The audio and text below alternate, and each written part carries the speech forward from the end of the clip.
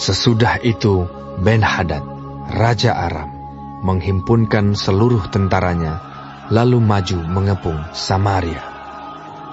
Maka terjadilah kelaparan hebat di Samaria selama mereka mengepungnya. Sehingga sebuah kepala keledai berharga 80 shikal perak dan seperempat kap tai merpati berharga 5 shikal perak. Suatu kali ketika Raja Israel berjalan di atas tembok, datanglah seorang perempuan mengadukan halnya kepada Raja sambil berseru, "Tolonglah ya Tuanku Raja!"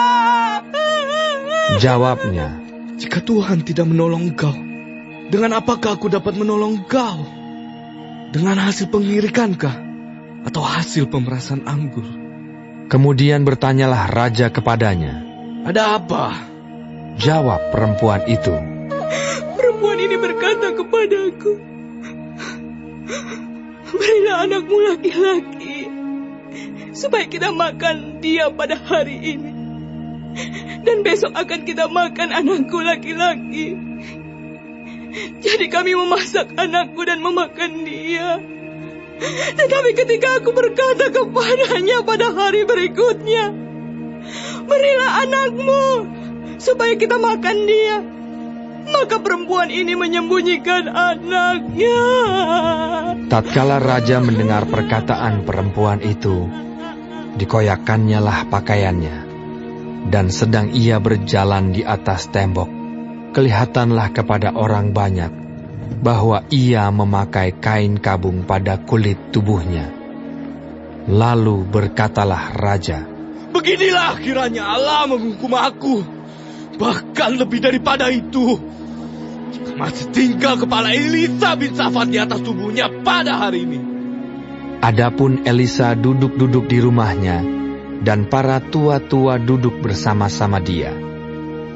Raja menyuruh seorang berjalan mendahuluinya. Tetapi sebelum suruhan itu sampai kepada Elisa, Elisa sudah berkata kepada para tua-tua itu, "Tahukah kamu bahwa si pembunuh itu menyuruh orang untuk memenggal kepalaku? Awas-awaslah. Apabila suruhan itu datang, segeralah tutup pintu dan tahanlah dia, supaya orang itu jangan masuk. Bukankah sudah kedengaran bunyi langkah tuannya di belakangnya?" Selagi ia berbicara dengan mereka, datanglah Raja mendapatkan dia. Berkatalah Raja kepadanya, "Sungguhnya, malapetaka ini adalah daripada Tuhan. Mengapakah aku berharap kepada Tuhan lagi?" Lalu berkatalah Elisa, "Dengarlah firman Tuhan. Beginilah firman Tuhan. Besok, kira-kira waktu ini, sesukat tepung yang terbaik akan berharga sesikal, dan 2 sukat jelai akan berharga sesikal di pintu gerbang Samaria." Tetapi perwira yang menjadi ajudan Raja menjawab abdi Allah, katanya, "Sekalipun Tuhan membuat tingkap-tingkap di langit, masakan hal itu mungkin terjadi?"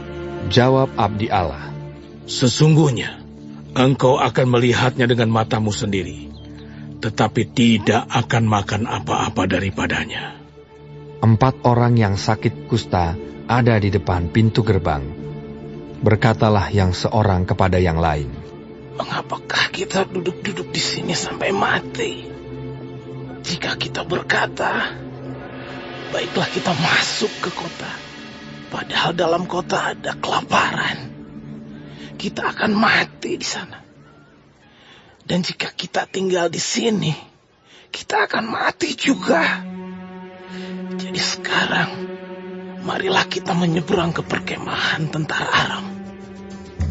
Jika mereka membiarkan kita hidup, kita akan hidup. Dan jika mereka mematikan kita,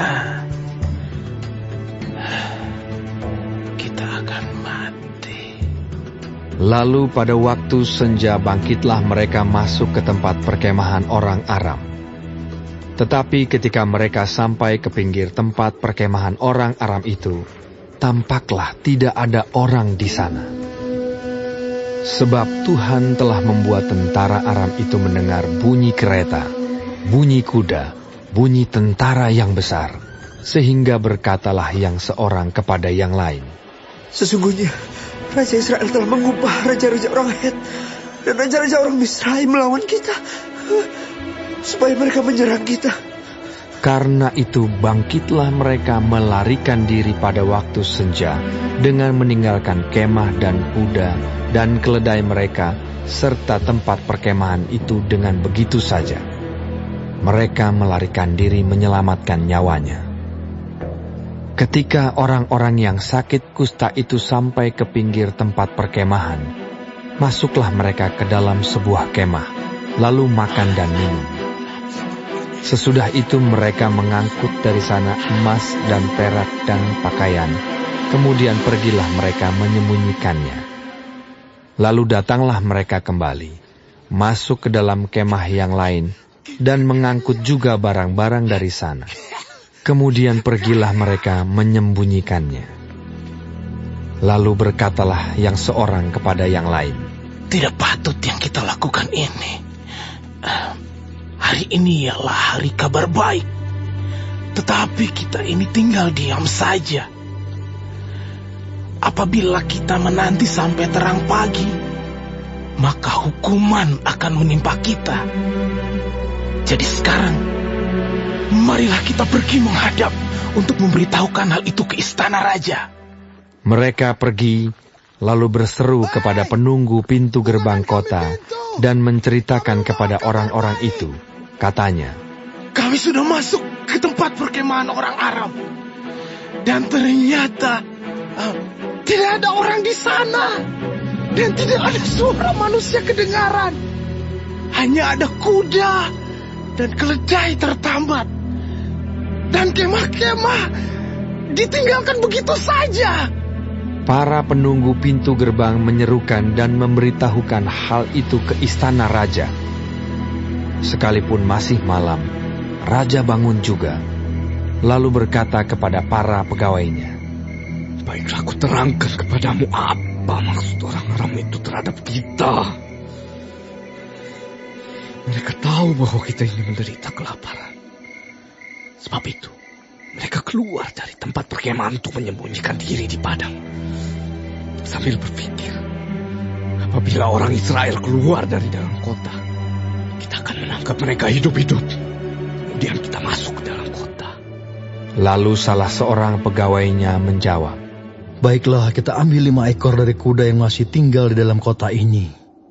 Tentulah keadaannya seperti seluruh khalayak ramai Israel yang sudah habis mati itu. Biarlah kita suruh saja orang pergi, supaya kita lihat. Sesudah itu mereka mengambil 2 kereta kuda. Kemudian raja menyuruh mereka menyusul tentara Aram sambil berkata, Pergilah melihatnya. Lalu pergilah mereka menyusul orang-orang itu sampai ke sungai Yordan. Dan tampaklah seluruh jalan itu penuh dengan pakaian dan perkakas yang dilemparkan oleh orang Aram pada waktu mereka lari terburu-buru. Kemudian pulanglah suruhan-suruhan itu dan menceritakan hal itu kepada raja. Maka keluarlah penduduk kota itu menjarah tempat perkemahan orang Aram. Karena itu, sesukat tepung yang terbaik berharga sesikal, dan 2 sukat jelai berharga sesikal, sesuai dengan firman Tuhan. Adapun raja telah menempatkan perwira yang menjadi ajudannya itu mengawasi pintu gerbang. Tetapi rakyat menginjak-injak dia di pintu gerbang, lalu ia mati sesuai dengan perkataan abdi Allah yang mengatakannya pada waktu raja datang mendapatkan dia. Dan terjadi juga seperti yang dikatakan abdi Allah itu kepada raja. 2 sukat jelai akan berharga sesikal, dan sesukat tepung yang terbaik akan berharga sesikal. Besok, kira-kira waktu ini, di pintu gerbang Samaria. Pada waktu itu si perwira menjawab abdi Allah itu, Sekalipun Tuhan membuat tingkap-tingkap di langit, masakan hal itu mungkin terjadi? Tetapi Elisa berkata, Sesungguhnya, engkau akan melihatnya dengan matamu sendiri, tetapi tidak akan makan apa-apa daripadanya. Demikianlah terjadi kepada orang itu. Rakyat menginjak-injak dia di pintu gerbang, lalu matilah ia.